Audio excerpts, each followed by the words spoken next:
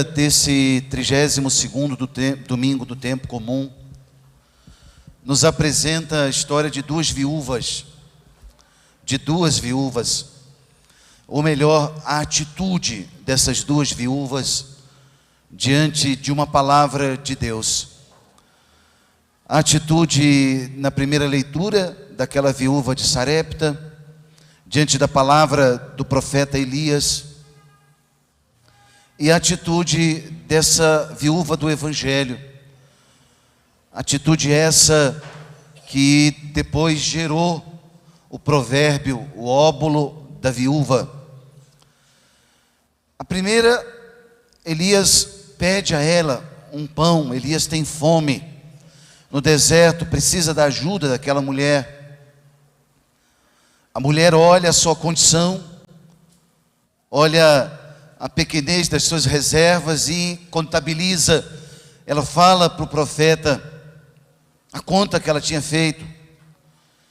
É interessante como a experiência humana é assim. Ela diz: eu só tenho um punhado de farinha numa vasilha e um pouco de azeite na jarra.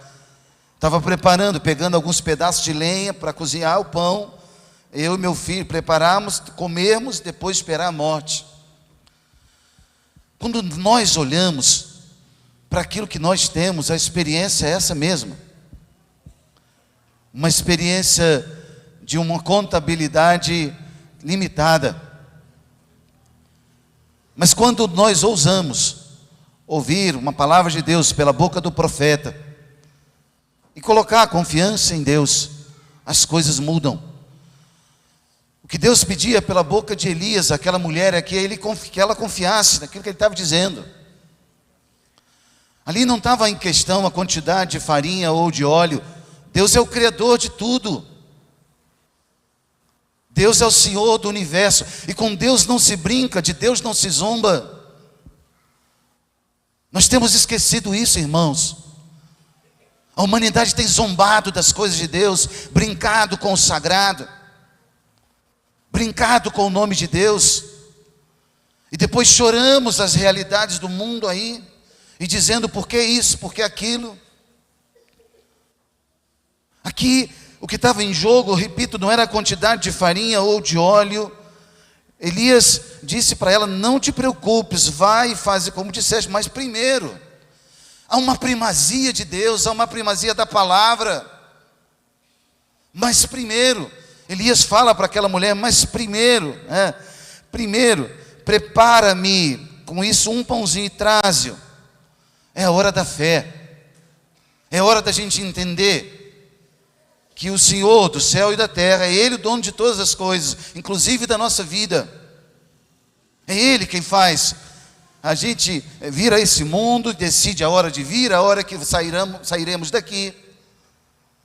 Temos esquecido disso, temos brincado muitas vezes com a vida de forma tantas vezes irresponsável. O pecado como um plano de divertimento. Não, eu quero o meu prazer, o meu jeito, eu penso assim, eu acho dessa forma, sou eu que decido, eu quero a minha liberdade. A experiência humana, sem a autoridade de Deus, ela se esvai. Por isso, irmãos, a palavra é linda. Elias então tem daquela mulher agora a confirmação. A mulher traz aquilo que o profeta diz, e Elias entrega para ela uma promessa, uma promessa de que ela pôde provar. A farinha da vasilha não acabou, nem diminuiu o óleo da jarra, conforme o Senhor tinha dito por intermédio de Elias. O que eu quero dizer com essa palavra para mim e para você é que todas as palavras de Deus a seu respeito, elas se cumprirão, todas. E eu não canso de dizer isso, e repito novamente: os desígnios de Deus são para sempre, e perduram para sempre aquilo que Ele tem no seu coração. O plano de Deus não muda segundo as nossas circunstâncias. O plano de Deus é o mesmo. Repete aí para você mesmo, dentro da sua alma, diga: eu creio que os planos de Deus, os planos que Deus tem para mim, se cumprirão ao seu tempo. Para depressa, Deus tem o seu tempo. segunda viúva trazida no evangelho de hoje, repito, não a figura em si, mas o gesto dela é muito significativo. Jesus está no templo, e o templo é o lugar da presença de Deus. O templo é lugar sagrado. O templo não é o shopping. O templo não é a rua da minha casa. O templo não é um espaço social onde eu vou, como eu vou em tantos outros lugares. O templo é a casa de Deus. A reverência à casa de Deus. Jesus está ali no templo e está observando a atitude daqueles que estão no templo. Às vezes a gente banalizou tanto o nome de Deus que esquece que Jesus nos vê, né? E ele toma a palavra no evangelho de hoje, no seu ensinamento, aquela multidão, ele censura os doutores da lei, e aqui os doutores da lei a gente pode fazer uma abrangência muito grande. Nós não estamos no judaísmo, nós estamos no cristianismo. Os doutores da lei podem ter casula e túnica como eu aqui, ou podem estar sentados nos bancos, nos movimentos pastorais, grupos, convidados para o batismo, quem está frequentando hoje apareceu, os doutores da lei, podemos ser tantos de nós. Mas quando é, Padre, que isso acontece? Quando o nosso culto não se conforma com a vida. Quando há um divórcio entre aquilo que a gente diz, eu creio, e aquilo que a gente está dizendo, eu vou viver outra coisa. Os doutores da lei é quando a gente pega as coisas de Deus, a palavra, os ensinamentos, a doutrina, a fé, e tenta colocar na nossa cabeça e quer domesticar o ambiente religioso. Domesticar e dizer, bom, tem que ser do meu jeito, né? E sou eu que mando. Jesus então faz essa aqui censura muito forte. Ele diz, tomai cuidado com esses religiosos. Tomai cuidado com essa gente que vem à igreja assim, que vive da igreja assim, que usa a igreja assim. Tomai cuidado. Ele fala das roupas vistosas, dos cumprimentos, das primeiras cadeiras, dos lugares nos banquetes, e depois a prática da justiça. Mas eles devoram as viúvas, fazem tudo isso de forma muito vistosa, mas devoram, são desonestos nos seus negócios, são desonestos naquilo que eles são chamados a administrar, acham que ninguém vê, vão jogando para debaixo do tapete. Deus vai levantar esse tapete. Jesus olha e censura essa religiosidade separada da vida. E aqui, irmãos, é linda a palavra, porque depois ele olha o outro gesto, o gesto da mão estendida dessa mulher, 2 moedinhas. O evangelho registra que não valiam quase nada, mas para Deus valia muito. Para Deus foi muito, para Deus foi suficiente, porque ela fez com o coração. Joga fora essa calculadora da sua cabeça, de achar que Deus vai ficar contabilizando a partir da quantidade. Deus vai contabilizar a partir da qualidade da sua entrega, do seu tempo, da sua oração, das doações que você faz, da tua caridade. Se não brota do teu coração em conformidade com o reino, desculpa, vai gastar a sua vida em outro lugar. É preciso que o coração vá junto. É preciso não só um dar, mas um dar-se. E essa é a diferença. Da quantidade para a qualidade, muda tudo. É essa categoria que Deus nos chama a viver. Porque muitas vezes, irmãos, seja aqui dentro do templo, seja lá fora, dentro da sua casa, da sua família, no grupo de parentes, de amigos, né? Pode acontecer que você fique com a calculadora da vida nas mãos, né? Contabilizando o tempo que você gasta com o outro, e às vezes sem qualidade, as coisas que você dá para o outro. Mas eu ajudei tanto essa pessoa, e fica ali cobrando, né? Viveu emprestado, não se doou. Fica esperando a retribuição, esperando. Eu fiz algo, você não me elogiou. É a qualidade que conta. É o coração que vai junto. É a decisão da alma de entender que é pelo reino. E se não é por Deus e pelo seu reino, de que vai adiantar? Vai ser uma glória humana. Vai ser um quadro colocado na parede, ou um diploma, ou uma honra, ou uma condecoração dessa vida, que daqui a pouco alguém vai mudar, e vai botar nas gavetas e vai esquecer. Mas quando é para Deus, ei, escuta, a gente escreve no livro da vida. Escrever no livro da vida, no livro do coração de Deus. É nisso que cremos, é disso que o Evangelho de hoje está falando para nós. Esta viúva pobre deu mais do que todos os outros.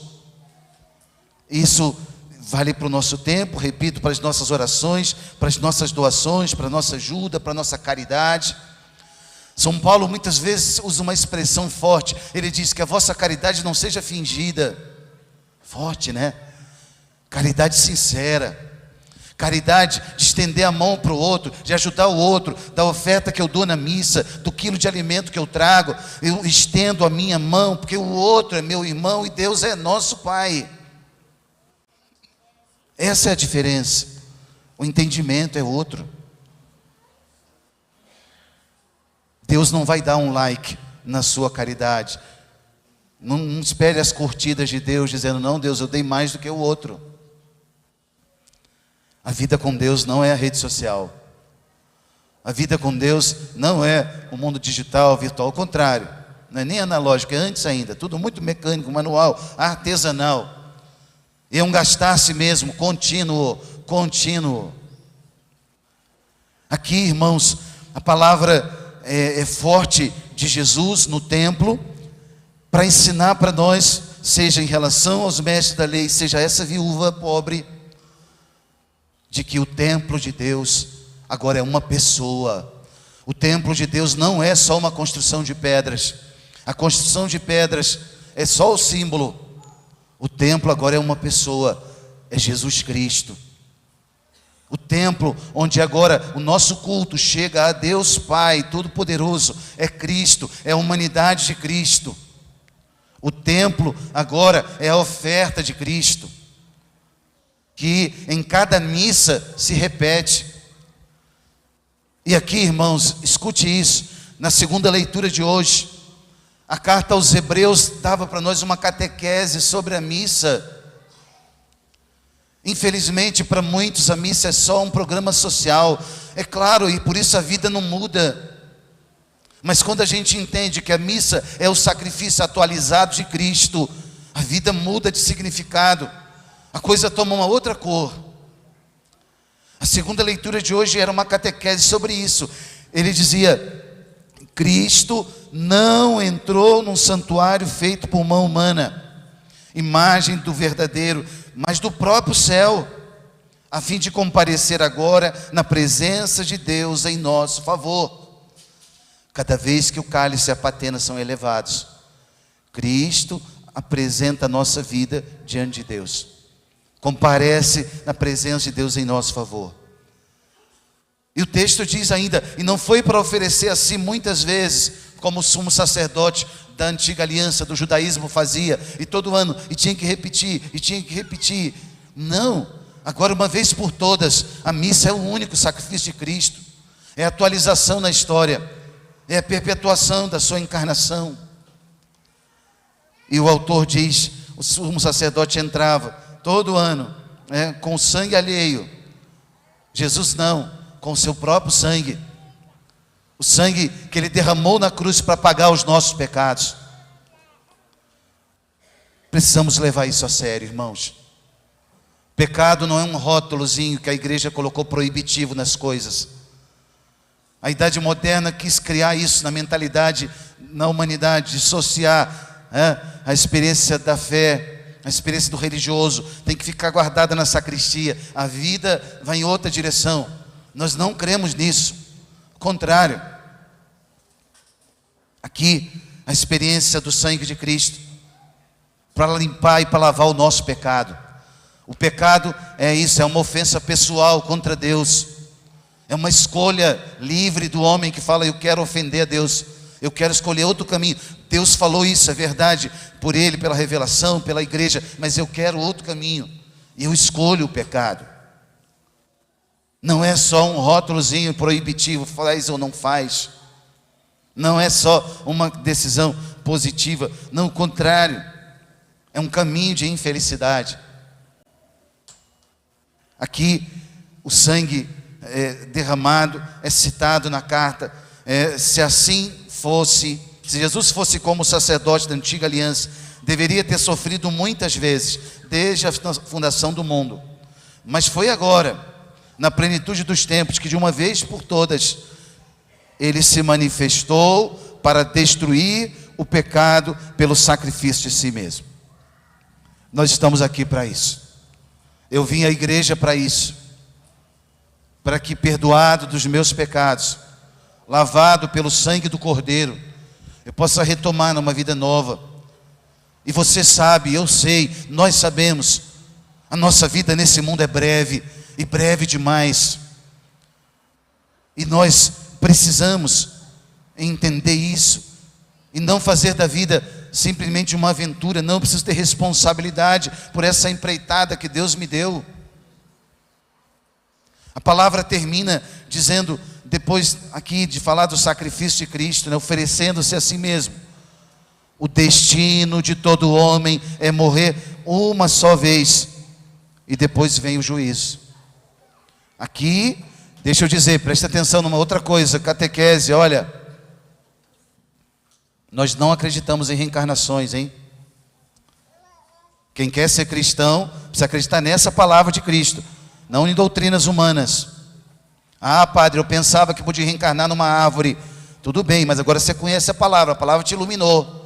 Ah, padre, eu pensei que havia outras vidas que podia reencarnar nos animais, como os Vedas, os Brahmanes, os hindus. Não, você é cristão. Há um sangue derramado pelo valor da sua vida. Você não vai ficar vivendo outras vidas. Não é autossalvação. É salvação que é dada por Ele. Nós recebemos. É por isso o motivo. Aí, não acreditava que eu podia viver outras vidas, ou então estou sofrendo isso por causa... A palavra é clara, o destino de todo homem é morrer uma só vez. E desculpa, se alguém quer acreditar em outras palavras humanas, fica à vontade. A escolha é sua, mas você já conhece a palavra de Deus, e ela já te iluminou agora. Por isso, aqui no sacrifício de Cristo, os pecados são apagados. Não é uma doutrina de autossalvação, de evoluir simplesmente, por uma elevação espiritual que eu vou alcançando através de um esforço meu, de uma sabedoria, de uma cosmovisão. Essa ideia das reencarnações é muito antiga. Como eu falei, os Vedas, 4.000 anos atrás, os hindus, tantos outros.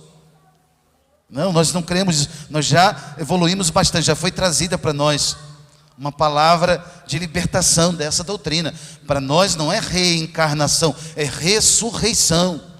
Eu creio que depois dessa vida vai acontecer uma ressurreição, porque Jesus ressuscitou e Ele venceu a morte. E aí, algumas dessas religiões vão deslocando o Salvador do mundo para outro lugar. Ele é um mestre, um espírito de luz, um sábio, o mestre mais importante da humanidade. Alto lá. Jesus não é um mestre, Ele é o autor de toda a sabedoria.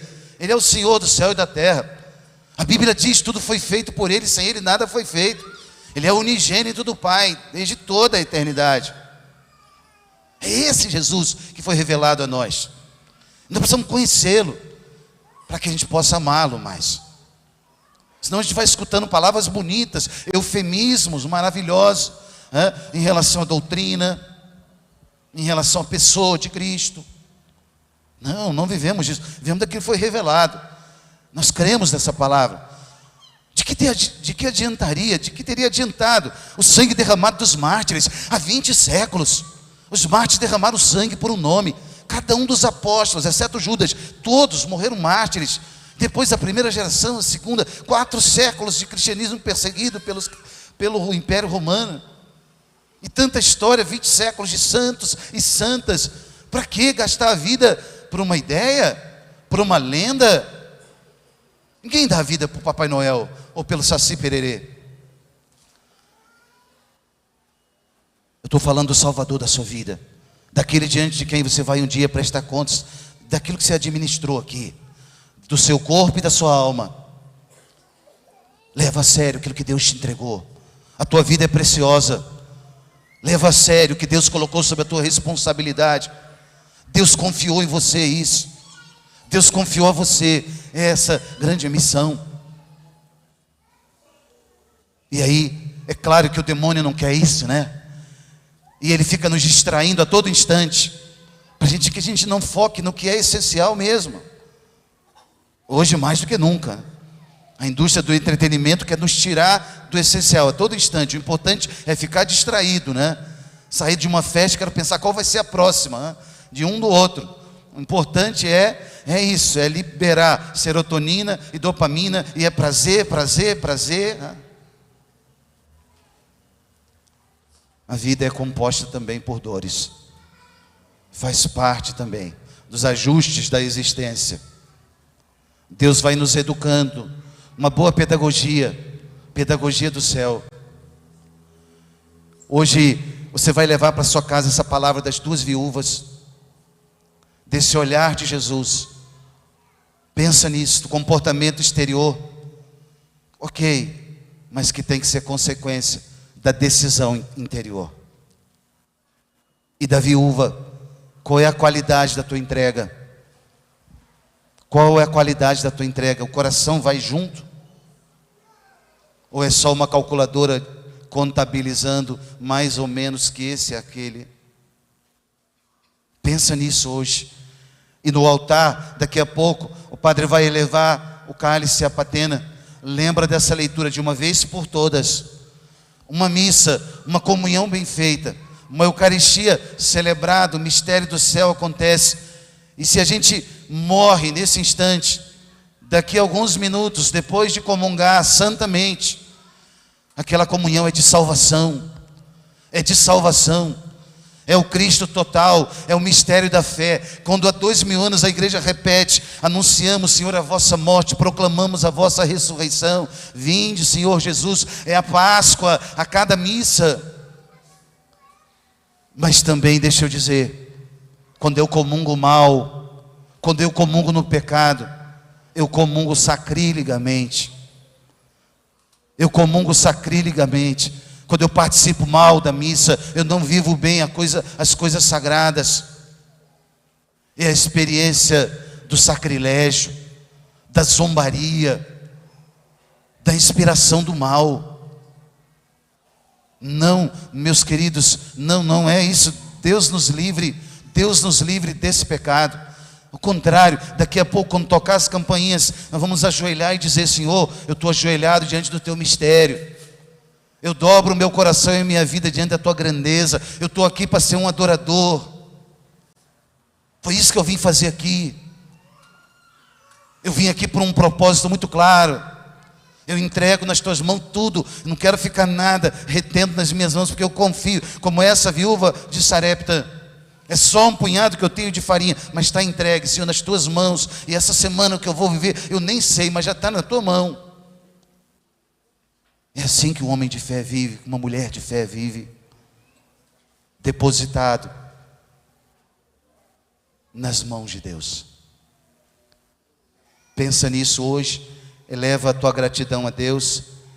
Quem sabe reza com esse Salmo 145 durante esses dias. Alimenta a tua semana, alimenta, porque é isso, nós queremos bem dizer a Deus, e o salmista ensinava para nós isso. O Senhor é fiel para sempre, Ele dá alimento aos famintos, é o Senhor que liberta os cativos, é Ele, é o Senhor, Ele é o Senhor.